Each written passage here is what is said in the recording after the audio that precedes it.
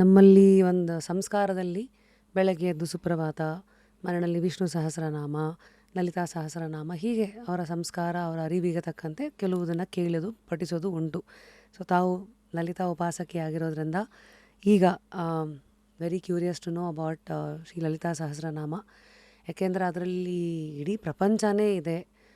ಮತ್ತು ನನಗೂ ಯಾರೋ ಹೇಳಿದರು, ಇಲ್ಲಿಗೆ ಬಂದಂಥ ಕೆಲವು ಸಾಧಕರು, 13ನೇದು 14ನೇ ಶ್ಲೋಕ ಬಂದು ಈ ವಾಕ್ ಚಾತುರ್ಯಕ್ಕೆ ಸಂಬಂಧಪಟ್ಟಂಥ ಇದದು ಹೇಳ್ಕೊಂಡ್ರೆ ನಿಮ್ಗೆ ಇನ್ನೂ ಅದರಿಂದ ಶಕ್ತಿ ಬರುತ್ತೆ ಅಂತೆಲ್ಲ ಸಲಹೆಗಳು ಬಂದಿದ್ದು ಉಂಟು.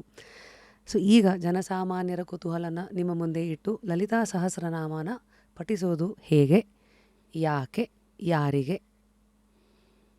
ಲಲಿತಾ ಸಹಸ್ರನಾಮನ ಯಾರೆಲ್ಲ ಅಮ್ಮನವರ ಪ್ರೀತಿ ಪಾತ್ರರಾಗಿ ಅಮ್ಮ ನನಗೆ ಬೇಕು ಅಂತ ಅಂದ್ಕೊಳ್ತಾರೋ, ಅಮ್ಮನ ಒಂದು ಶಕ್ತಿ ನನಗೆ ಬೇಕು, ಅಮ್ಮ ನನ್ನ ಜೊತೇಲಿ ಇರಬೇಕು, ಅಮ್ಮನ ಬಗ್ಗೆ ತಿಳ್ಕೊಳ್ಬೇಕು ಅಂತ ಅನ್ನೋರೆಲ್ಲರೂ ಸಹ ಲಲಿತಾ ಸಹಸ್ರ ಪಠನೆ ಮಾಡ್ಬೋದು. ನಿಯಮಗಳಿದೆ ಅದಕ್ಕೆ, ಆದರೆ ನಿಯಮಗಳಿದೆ, ಖಂಡಿತ ಇರುತ್ತೆ. ಯಾಕಂದರೆ ಆಗಲೇ ಹೇಳ್ದಂಗೆ ಹಯಗ್ರೀವ ದೇವರು ಮಹಾಮುನಿಗಳಿಗೆ ಕೊಡೋಕ್ಕೆ ಯೋಚನೆ ಮಾಡೋದಾದರೆ ಅಮ್ಮನವರೇ ಬಂದು ಆಯ್ತಪ್ಪ ಅಗಸ್ತ್ಯ ಮುನಿಗಳಿಗೆ ನೀನು ಬೋಧಿಸಬಹುದು ಅಂತ ಹೇಳಿದಾಗ ಮಾತ್ರ ಅವರು ಬೋಧಿಸ್ತಾರೆ, ಹೇಳ್ತಾರೆ.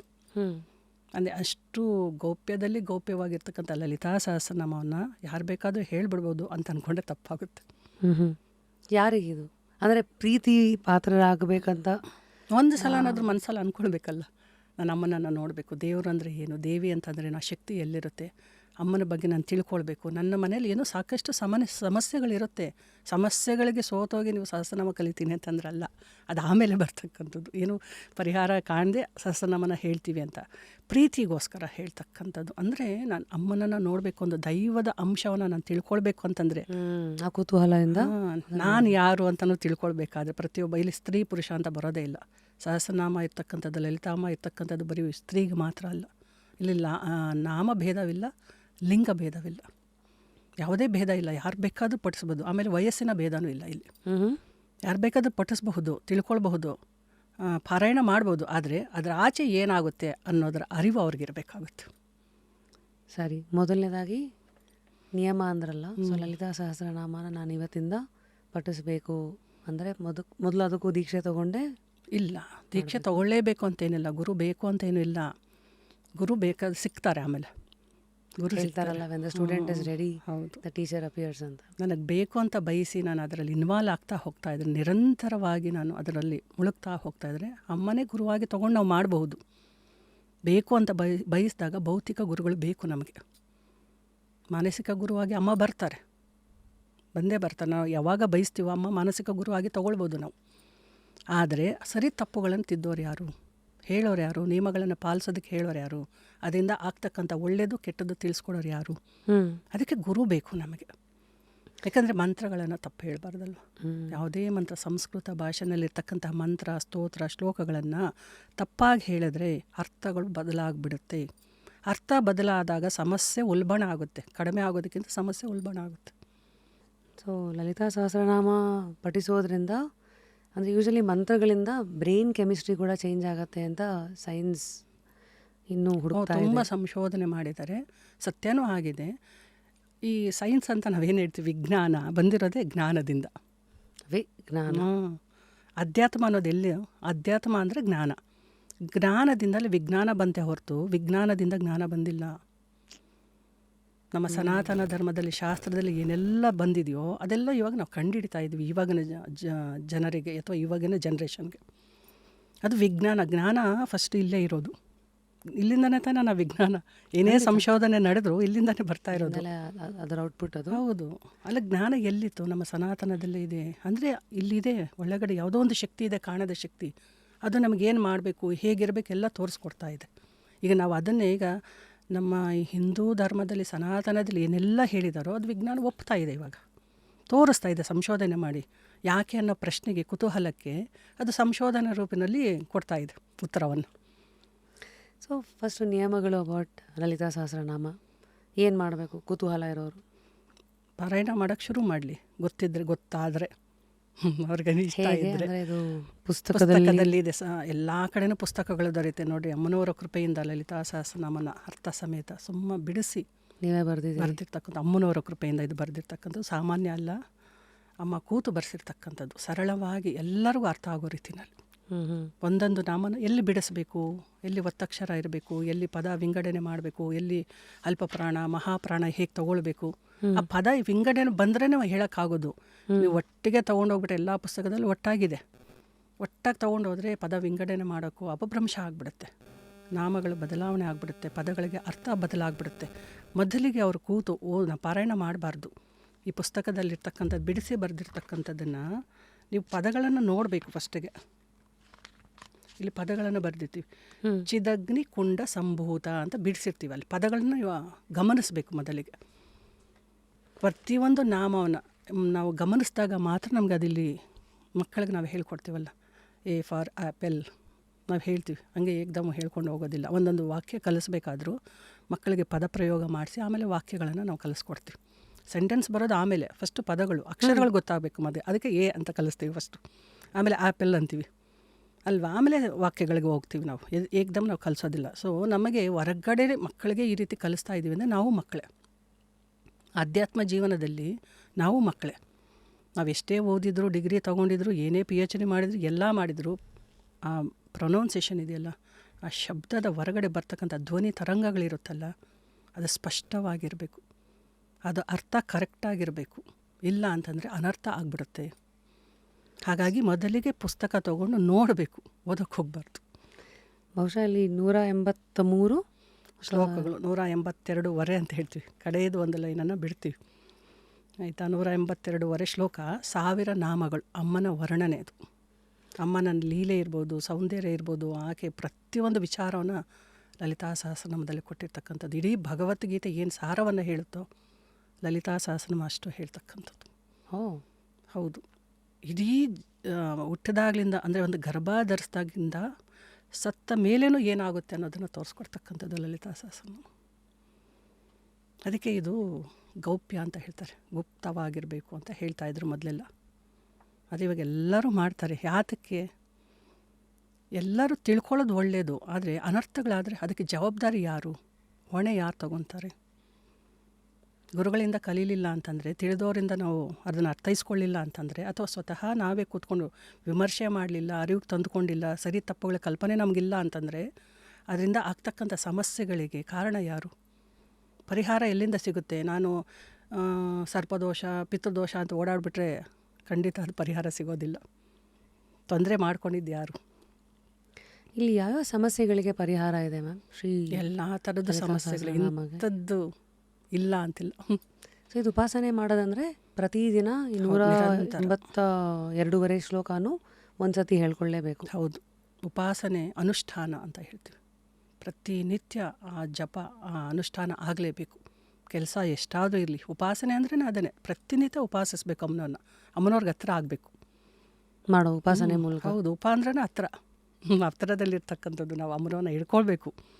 ಅಮ್ಮ ಎಲ್ಲೋ ಇಲ್ಲ, ನಮ್ಮ ಒಳಗಡೆ ಇದ್ದಾರೆ. ನನ್ನ ಒಳಗಡೆ ಇರ್ತಕ್ಕಂಥ ಶಕ್ತಿಯನ್ನು ನಾನು ನೋಡ್ತಾ ಇರಬೇಕು ಪ್ರತಿನಿತ್ಯ. ಅದು ಬಿಡಿಸಿ ಹೇಳ್ಬೋದಾ? ಅಂದರೆ ಉದಾಹರಣೆಗೆ 182 ಶ್ಲೋಕ ಏನಿದೆ, ಸಡನ್ನಾಗಿ 14ನೇ ಶ್ಲೋಕ ಅಥವಾ 1 ಶ್ಲೋಕ ಈ ಥರನೂ ಹೇಳ್ಬೋದಾ? ಹೇಳಬಹುದು. ಆದರೆ ಯಾರಿಂದನಾದರೂ ಅದನ್ನು ತೊಗೊಂಡಿರ್ಬೋದು.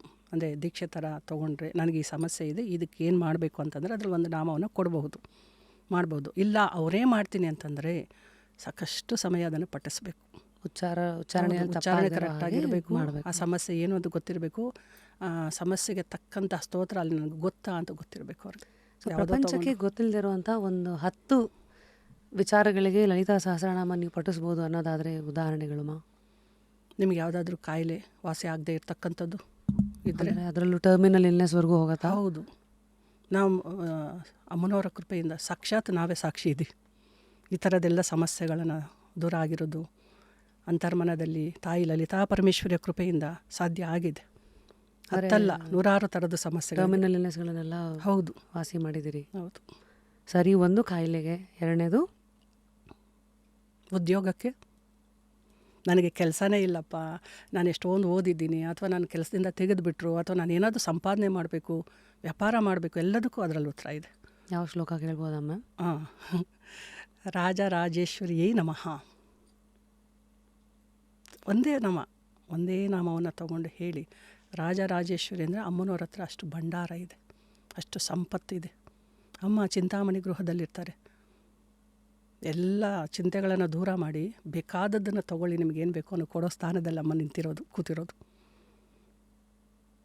ಪಂಚಪ್ರೇತಾಸನಾಸೀನ ಪಂಚಬ್ರಹ್ಮ ಅಂತ ನಾವು ಏನು ಹೇಳ್ತೀವಿ, ಅಮ್ಮ ಪಂಚಪ್ರೇತಗಳ ಮೇಲೆ ಆಸೀನಳಾಗಿದ್ದಾಳೆ ಚಿಂತಾಮಣಿ ಗೃಹದಲ್ಲಿ. ಚಿಂತಾಮಣಿ ಗೃಹ ಅಂದರೆ ಶ್ರೀನಗರದಲ್ಲಿ ಅಮ್ಮನ ನಗರ ಶ್ರೀನಗರದಲ್ಲಿ ಚಿಂತಾಮಣಿ ಗೃಹದಲ್ಲಿ ಅಮ್ಮ ಇದ್ದಾರೆ. ಎಷ್ಟೊಂದು ಮುತ್ತು ರತ್ನ, ನಾವೆಲ್ಲೋ ಒಂದು ಮುತ್ತು ರತ್ನ ನಮ್ಮ ಮನೇಲಿ ಇಟ್ಕೊಂಡಿರಪ್ಪ ಎಷ್ಟು ಕಾಸ್ಟ್ಲಿ ಇದ್ದಿದ್ದು ಅಂತ ಖುಷಿ ಪಡ್ತೀವಿ. ಅಮ್ಮ ಎಷ್ಟು ಮುತ್ತು ರತ್ನ, ನವರತ್ನಗಳು ಅಂತ ನಾವೇನು ಹೇಳ್ತೀವಿ, ವಜ್ರ ವೈಡೂರ್ಯ ಮುತ್ತು ರತ್ನ ಚಿನ್ನ ಬೆಳ್ಳಿ ಏನೆಲ್ಲ ಬೇಕೋ ಅಮ್ಮನ ಸುತ್ತ ಎಲ್ಲವೂ ಇದೆ. ತಗೊಳ್ಳೋಕೆ ನಮಗೆ ಯೋಗ್ಯತೆ ಇರಬೇಕು. ಅಂದರೆ ಅಮ್ಮ ಕೊಡೋಕ್ಕೆ ಕಾಮಾಕ್ಷಿ ಆಕೆ, ಕಾಮದಾಯಿನಿ ಆಕೆ. ನಾವೇನು ಬೇಕು ಅಂತ ಬಯಸ್ತೀವೋ, ಕೋರಿಕೆ ಏನಿದೆಯೋ ಆ ಕೋರಿಕೆಯನ್ನು ನೆರವೇರಿಸ್ತಕ್ಕಂಥವಳು ಚಿಂತಾಮಣಿ ಗೃಹದಲ್ಲಿ ಕೂತ್ಕೊಂಡು. ಅದು ಎಲ್ಲಿದೆ? ನಮ್ಮ ದೇಹದಲ್ಲಿ, ಸಹಸ್ರಾರದಲ್ಲಿ, ನಮ್ಮ ಮೆದುಳಿನಲ್ಲಿ, ನಾವು ಆಲೋಚನೆಯಲ್ಲಿ. ಲಲಿತಾ ಪರಮೇಶ್ವರಿ ಹೊರಗಡೆ ಇಲ್ಲ, ನಮ್ಮ ದೇಹದಲ್ಲೇ ಇದ್ದಾರೆ. ಚಿದಗ್ನಿಕುಂಡ ಸಂಭೂತ ದೇವ ಕಾರ್ಯ ಸಮುದ್ಯತ. ಸೊ ಅದರ ಅಂಶ ನಾವಾಗಿರೋದ್ರಿಂದ ಅಲ್ಲಿನ ಗುಣಗಳೆಲ್ಲ ನಮ್ಮಲ್ಲೇ ಇದೆ. ಅದನ್ನು ನಾವು ಎಬ್ಬಿಸಬೇಕು. ಕುಂಡಲಿನಿ ಜಾಗೃತ ಮಾಡಬೇಕು. ಅಮ್ಮ ಮಲಗಿರ್ತಾರೆ ಅಲ್ಲಿ, ಆಸೀನಲಾಗಿರ್ತಾಳೆ ಅಲ್ಲ ಅಮ್ಮ. ನಮಗೆ ಬೇಕು ಅಂತ ಬಯಸಿದಾಗ, ಬಯಕೆ ನಾವೇನು ಅಫರ್ಮೇಷನ್ನು ಅಂತ ಹೇಳ್ತೀವಿ, ಮ್ಯಾನಿಫೆಸ್ಟ್ ಅಂತ ಹೇಳ್ತೀವಿ, ಸಂಕಲ್ಪ ರೂಪದಲ್ಲಿ ನನಗಿದು ಬೇಕು ಅಂತ ಅಂದ್ಕೊಳ್ಳೋದೇ. ಆರೋಗ್ಯನ, ಉದ್ಯೋಗನ, ಸಂತಾನನ, ಮದುವೆನ, ಏನಾದರೂ ಸರಿ ನನಗಿದು ಬೇಕು. ಇದೆಲ್ಲ ಬಾಹ್ಯಕ್ಕೆ ಬೇಕಾಗಿರ್ತಕ್ಕಂಥದ್ದು. ಆಂತರಿಕದಲ್ಲಿ ನಾನು ಯಾರು, ನಾನೇನು, ಅಶಾಂತತೆ, ಸಮಾಧಾನತೆ, ತಾಯಿಯಲ್ಲಿ ಲೀನ ಆಗ್ತಕ್ಕಂಥದ್ದು, ಅದು ಮೋಕ್ಷಕ್ಕೆ. ಧರ್ಮ ಅರ್ಥ ಕಾಮ ಕೋರಿಕೆಗಳು. ನಾನು ಧರ್ಮದಲ್ಲಿ ನಡಿಬೇಕು, ನ್ಯಾಯದಲ್ಲಿ ಇರಬೇಕು, ನಿನ್ನ ಪ್ರೀತಿಗೋಸ್ಕರ ನಾನು ನಾಮವನ್ನು ಜಪಿಸ್ತೀನಿ, ನನಗೇನು ಬೇಡ ಅಂತ ಅನ್ನೋರು ಆರಾಮಾಗಿ ಪಟ್ಟಿ ಮಾಡ್ಬೋದು. ಬೇಕು ಅನ್ನೋರು ಒಂದೊಂದು ಪದಗುಚ್ಛವನ್ನು ಹಿಡ್ಕೊಂಡು, ಒಂದೊಂದು ನಾಮವನ್ನು ಹಿಡ್ಕೊಂಡು, ಅದರ ಶ್ರೇಷ್ಠತೆಯನ್ನು ಅರ್ಥ ಮಾಡಿಕೊಂಡು, ಅದು ಎಷ್ಟು ದಿವಸ ಮಾಡಬೇಕು, ಹೇಗೆ ಮಾಡಬೇಕು, ಅದನ್ನು ಹೇಗೆ ಬರುತ್ತೆ, ಏನು ಕೆಲವೊಂದು ಪರೀಕ್ಷೆಗಳು ಬರುತ್ತೆ ಮಾಡುವಾಗ. ಅಂದರೆ ಉದಾಹರಣೆಗೆ ಈಗ ನಂಗೆ ಉದ್ಯೋಗ ಬೇಕು ಅಂತ ಬಯಸಿ ನಾನು ಏನಾದರೂ ಒಂದು ನಾಮವನ್ನು ತೊಗೊಂಡು ಮಾಡ್ತಾಯಿದ್ರೆ ಉದ್ಯೋಗ ಸ್ವಲ್ಪ ದೂರ ನಿಂತ್ಕೊಳ್ಳುತ್ತೆ. ನೀವು ಇಂಟರ್ವ್ಯೂ ತೊಗೊಂಡ್ರು ಕೆಲವೊಂದು ಸಲ ಇಂಟರ್ವ್ಯೂ ಪಾಸ್ ಆಗಲ್ಲ, ಅಥವಾ ಇಂಟರ್ವ್ಯೂ ತೊಗೊಳಕ್ಕೆ ಬರೋದಿಲ್ಲ, ಅಥವಾ ನಿಮಗೆ ಹುಷಾರಿಲ್ಲದೆ ಆಗ್ಬೋದು ಇಂಟರ್ವ್ಯೂ ಸಿಕ್ಕಿದ ತಕ್ಷಣ. ಪರೀಕ್ಷೆಗಳು ಅಂದರೆ ಆ ನಾಮಕ್ಕೆ ರೆಡಿ ಇದೆಯಾ ಅಂತ, ನೀನು ರೆಡಿ ಇದೆಯಾ ಅದನ್ನು ತೊಗೊಳಕ್ಕೆ, ನೀನು ಕೇಳ್ತಾ ಇರೋದಕ್ಕೆ ನೀನು ಪಕ್ವವಾಗಿದೆಯಾ, ನೀನು ಅದನ್ನು ಮಾಡೋಕ್ಕೆ ರೆಡಿ ಇದೆಯಾ, ನಿನಗೆ ಬೇಕಾ, ಅದು ತೊಗೊಂಡ್ಮೇಲೆ ನೀನು ಬಿಡ್ತೀಯಾ ಬಿಡಲ್ವಾ, ಅದಕ್ಕೆಲ್ಲ ನಾವು ರೆಡಿ ಇರಬೇಕು. ನಮಗೆ ಯಾವುದು ಯೋಗ ಇದೆ, ಯಾವುದು ಯೋಗ್ಯತೆ ಇದೆ, ಯಾವುದು ಪಕ್ವತೆ ಇದೆ, ಸತ್ಯವಾಗಲೂ ನಾನು ಅದ್ರ ಬೇಕಾ. ಎಷ್ಟೊಂದು ಜನ ಕೆಲಸಕ್ಕೆ ಹೋಗ್ತಾರೆ, ಮಧ್ಯದಲ್ಲಿ ಬಿಟ್ಬಿಡ್ತಾರೆ, ಯಾವುದೋ ಕಾರಣ, ಆಫೀಸಲ್ಲಿ ಏನೋ ಅಂದುಬಿಟ್ರು, ಬೈದ್ಬಿಟ್ರು, ಅವಮಾನ ಮಾಡಿಬಿಟ್ರು, ದೂರ ಇದೆ, ಅಥವಾ ನೈಟ್ ಶಿಫ್ಟ್ ಇದೆ, ಎಷ್ಟೊಂದು ಕಾರಣಗಳು ಕೊಡ್ತಾರೆ ಬಿಡೋದಕ್ಕೆ. ಸೊ ನನಗೆ ಕೆಲಸ ಬೇಕು ಅಂತ ನಿಜವಾಗ್ಲೂ ನಾನು ಅಂದ್ಕೊಂಡ್ರೆ ಇದು ಯಾವುದೂ ನಂಗೆ ಲೆಕ್ಕ ಇರಬಾರ್ದು. ಅಮ್ಮ ಕೊಡ್ತಾರೆ, ಬೇಕು ಅಂತ ಬಯಸಿದ್ರೆ. ನೀ ಕೊಟ್ಟಾಗಲೂ ಇದೆಲ್ಲ ಮಾಡ್ತೀಯ ಅಂತಂದರೆ ಅದೇನಾಯಿತು, ಅಪಚಾರ ಆಯಿತಲ್ಲ. ಅಮ್ಮ ಕೊಡೋಕ್ಕೆ ರೆಡಿ ಇದೆ. ಅದಕ್ಕಿಂತ ಮುಂಚೆನೇ ಪರೀಕ್ಷೆಗಳು ಬರುತ್ತೆ. ನಿಜವಾಗ್ಲೂ ಆರ್ಥತೆ ಇದೆಯಾ, ನಿಂಗೆ ಅದರ ನಿಜವಾಗ್ಲೂ ಬೇಕಾಗಿದೆಯಾ, ಅವಶ್ಯಕತೆ ಇದೆಯಾ ನಿನಗೆ, ಈ ಸಮಸ್ಯೆಗಳಿಂದ ದೂರ ನಿಂತ್ಕೊಂಡು, ಅಥವಾ ನನ್ನನ್ನು ನಂಬಿದೆಯಾ ನೀನು, ನಂಬದ ಮೇಲೆ ನಾನು ಕೊಡ್ತೀನಿ, ಮತ್ತು ಮಧ್ಯದಲ್ಲಿ ಎಲ್ಲೂ ಬಿಡೋಲ್ಲ. ನಾಮ ಜಪ ಮಾಡ್ತಾ ನಿದ್ದೆ ಬಂದುಬಿಡ್ತೀವಿ. ಇವತ್ತು ಹಂಗೆ ಆಫೀಸ್ಗೇನೋ ಇಂಟರ್ವ್ಯೂ ಬಂತು, ಅದಕ್ಕೆ ಹೋಗ್ಬಿಡ್ತೀನಿ, ನಾನು ಜಪ ಮಾಡೋದು ನಿಲ್ಲಿಸ್ಬಿಡ್ತೀನಿ, ಅಥವಾ ಮನೇಲೇನೋ ಸಮಸ್ಯೆ ಬಂತು, ಅಥವಾ ಇವತ್ತು ಸ್ನಾನ ಮಾಡಿಲ್ಲ ನಾನು, ಈ ಥರ ನೆಪಗಳು ಹೇಳ್ಕೊಂಡು ಮಧ್ಯದಲ್ಲಿ ಬಿಟ್ಬಿಡ್ತಾರೆ. ಅಮ್ಮ ಏನು ಮಾಡ್ತಾರೆ, ಪರೀಕ್ಷಿಸ್ತಾರೆ ಇದನ್ನೆಲ್ಲ. ಈ ಥರದ್ದು ಭಾವನೆಗಳು ಬರೋಕ್ಕೆ ಶುರು ಆಗುತ್ತೆ. ಮನೇಲಿರೋರು ಬೈತಾರೆ, ನೀನೇನು ಮಾಡಿಬಿಟ್ಟು ಇವಾಗ ದೇವ್ರ ನಾಮ ಮಾಡಿಬಿಟ್ರೆ ನಿಂಗೆ ಕೆಲಸ ಸಿಕ್ಬಿಡುತ್ತಾ, ಕೆಲಸ ಸಿಗಲ್ಲ ಇವ್ರಿಗೆ, ಅವಾಗ ಸಿಕ್ಕಿರಲ್ಲ, ಇನ್ನೊಂದು ಸ್ವಲ್ಪ ಲೇಟ್ ಆಗ್ತದೆ, ನಾನು ಏನು ಮಾಡಿ ಏನು ಪ್ರಯೋಜನ, ಅವ್ರು ಹೇಳ್ತಾ ಇರೋದು ಕರೆಕ್ಟು ಅಂತ ಅನ್ಕೊಂಡ್ಬಿಡ್ತಾರೆ, ನಿಲ್ಲಿಸ್ಬಿಡ್ತಾರೆ. ಅಂದರೆ ಪರಿಪಕ್ವತೆ, ಆ ಒಂದು ಡೆಡಿಕೇಶನ್ ಇರಬೇಕು, ಫೋಕಸ್ ಇರಬೇಕು. ನಾನು ಏನು ಕೇಳ್ತಾ ಇದ್ದೀನಿ ದೇವರನ್ನು, ಅವ್ರು ಕೊಡ್ತಾರೆ ಅನ್ನೋ ನಂಬಿಕೆ ಇರಬೇಕು. ನನಗೆ ಕೊಡ್ತಾರೆ ಅನ್ನೋ ನಂಬಿಕೆ ಇಟ್ಕೊಂಡು ನೀವು ಮಾಡಿದ್ದೆ ಆದರೆ 100% ಅಲ್ಲ 1000% ಕೆಲಸ. ಬಿಲೀವ್, ಹೌದು, ನಂಬಿಕೆ ಅನ್ನೋದು ದೊಡ್ಡದು. ನಂಬಿಕೆನೇ ದೇವರು ಅಂತಲೇ ಬಂದ್ಬಿಡುತ್ತಲ್ಲ. ಹೌದು. ಮತ್ತು ಈಗ ಮುಂದಿಂದು ಇದನ್ನೇ ಒಂದು ಡೌಟ್ ಇಲ್ಲಿ, ನಂಬದ ಮೇಲೆ ಪ್ರಯತ್ನ ನಮ್ಮದೇ, ಬರೀ ನಂಬಿ ಪ್ರಯತ್ನ ಇಲ್ಲದೆ ಫಲ ಸಿಗತ್ತಾ? ಇಲ್ಲ, ನಂಬಬೇಕು, ಪ್ರಯತ್ನ ಪಡಲೇಬೇಕು. ಯಾವುದೇ ವಿಚಾರದಲ್ಲಿ ಪ್ರಯತ್ನ ಪಡಬೇಕು. ಈಗ ಎಷ್ಟೊಂದು ಜನ ನಮ್ಮ ಹತ್ರ ಗರ್ಭ ಧರಿಸ್ಲಿಲ್ಲ, ಏನೋ ತೊಂದರೆ ಇದೆ, ಅಥವಾ ಮೆಡಿಕಲ್ ಏನೋ ಸಮಸ್ಯೆ ಇದೆ, ಅಥವಾ ಏನೂ ಇಲ್ಲ ಅಂತ ಬರ್ತಾ ಇರ್ತಾರೆ. ನಾವು ಕೆಲವೊಂದು ಟಿಪ್ಸ್ ಕೊಡ್ತೀವಿ ಅವ್ರಿಗೆ. ಆಮೇಲೆ ಈ ಥರದ ಏನು ಗಂಡ ಹೆಂಡ್ತಿ ಇಬ್ಬರೂ ಬೇಕಾಗುತ್ತೆ ಆ ವಿಚಾರಗಳನ್ನ ತಿಳ್ಕೊಳ್ಳೋದಕ್ಕೆ. ಗಂಡ ಬರಲ್ಲ, ನಾನು ನಂಬಲ್ಲ ಅಂತಂತಿರ್ತಾರೆ. ಅವಾಗ ಹೆಂಡ್ತಿನೇ ಏನು ಮಾಡಬೇಕು ಅನ್ನೋದನ್ನು ಹೇಳ್ಕೊಡ್ತಾ ಇರ್ತೀವಿ ನಾವು. ಯಾವ ರೀತಿ ಮಾಡ್ತೀರಮ್ಮ? ಹೌದು, ನಂಬಿಕೆ ಅವ್ರಿಗಿಲ್ಲ, ಒಬ್ರಿಗೆ ನಂಬಿಕೆ ಇರೋದಿಲ್ಲ. ಇವ್ರಿಗೆ ನಂಬಿಕೆ ಇರುತ್ತೆ, ಒಬ್ರಿಗಿರುತ್ತೆ. ಸಮಸ್ಯೆಗಳು ಕೆಲವೊಬ್ರಿಗೆ ಇರುತ್ತೆ, ಕೆಲವೊಬ್ಬರಿಗೆ ಇರೋದಿಲ್ಲ. APCOD ಅಂತ ಹೇಳ್ತಾರೆ, ಅಥವಾ ಸ್ಟ್ರೆಸ್ ಅಂತ ಹೇಳ್ತಾರೆ, ಅಥವಾ ಮೆಡಿಕಲ್ ಏನೋ ಅಕೌಂಟ್ ಕಡಿಮೆ ಇದೆ, ಅದು ಇದು 108 ಹೇಳಿರ್ತಾರೆ. ಬಟ್ ಇದನ್ನು ಈ ಲಲಿತಾ ಸಹಸ್ರನಾಮದ ಮೂಲಕನೂ ಹೀಲ್ ಮಾಡಿದ್ದೀರಿ? ಖಂಡಿತ ರಿಸಲ್ಟು 100% ಬಂದಿದೆ. ಶ್ಲೋಕಗಳು ಹೇಳ್ಕೊಳ್ಳೋದ್ರ ಮೂಲಕ ಸಂಕಲ್ಪ ಮಾಡಿಸ್ತೀವಿ. ಜನರಲ್ ಆಗಿ ಇಲ್ಲಿ ಹೇಳೋಂಗಿಲ್ಲ, ಇಲ್ಲ, ಅದಕ್ಕೆ ಸೆಪರೇಟಾಗಿ ನೋಡಿ ಅವ್ರ ಆರ ಚೆಕ್ ಮಾಡಿ ಅವ್ರಿಗೆ ಯಾವ ರೀತಿ ಸಮಸ್ಯೆ ಬಂದು. ಈಗ ಸಂತಾನ ಆಗಲಿಲ್ಲ ಅಂತಂದರೆ ಪಿತೃದೋಷ ಇರ್ಬೋದು, ಸರ್ಪದೋಷ ಇರ್ಬೋದು ಅಂತ ಹೇಳ್ತಾರೆ. ಮದುವೆ ಆಗಲಿಲ್ಲ ಅಂತಂದ್ರೂ ಆ ದೋಷ ಇದೆ. ಆದರೆ ದೋಷ ಇದೆಯಾ ಇಲ್ವಾ ನಿಜವಾಗ್ಲೂ ಇವರೆಲ್ಲ ರಿಚುವಲ್ಸ್ ಮಾಡ್ಕೊಂಬಂದಿರ್ತಾರೆ ಅಲ್ವಾ. ಎಲ್ಲ ಕಡೆನೂ ಈಗ ಜ್ಯೋತಿಷ ಕೇಳಿ ಮಾಡ್ಕೊಂಬಂದುಬಿಟ್ಟಿರ್ತಾರೆ, ಡಾಕ್ಟರ್ ಹತ್ರನೂ ಹೋಗಿ ಬರ್ತಾರೆ. ಬಟ್ ರಿಸಲ್ಟ್ ಇಲ್ಲ. ಯಾತಕ್ಕೆ ಅನ್ನೋದು ಸ್ಕ್ಯಾನ್ ಮಾಡಿ ಆ ಅಮ್ಮನವರ ಕೃಪೆಯಿಂದ ಮೆಡಿಟೇಷನಲ್ಲಿ ನೋಡಿದಾಗ ನಿಜವಾದ ಕಾರಣ, ಮೂಲ ಏನು ಆ ಸಮಸ್ಯೆಗೆ ಅಂತ ಕಂಡುಹಿಡಿಬೋದು. ಅಂದರೆ ಇವಾಗಲೂ ನೀವು ಒಬ್ಬರನ್ನು ನೋಡಿದ ತಕ್ಷಣ ಹಾಗೆ ಸ್ಕ್ಯಾನ್ ಮಾಡಿಬಿಡ್ತೀರಾ? ಹೌದು, ಅದು ಅಮ್ಮನವರ ಕೃಪೆ. ಇದು ನಿಜವಾಗ್ಲೂ ಉಪಾಸನೆ, ನಿಜವಾಗ್ಲೂ ಆ ಶಕ್ತಿ ಏನು ಲಲಿತಾಯನ್ನು ಹಿಡ್ಕೊಂಡಾಗ ಪ್ರತಿಯೊಬ್ಬ ವ್ಯಕ್ತಿಯಲ್ಲಿ ಆಗ್ತಕ್ಕಂಥ ಬದಲಾವಣೆ ಅದು ಹಿಡ್ಕೊಳ್ಬೇಕು. ಪ್ರತಿಯೊಬ್ಬರಿಗೂ ಈ ಒಂದು ಶಕ್ತಿ ಇದೆ ಒಳಗಡೆ. Wake up to fresh ideas. Repose. So ಹೀಗೆ ಇದನ್ನು ನೋಡಿ ಅದಕ್ಕೂ ಪರಿಹಾರ ಇದೆ.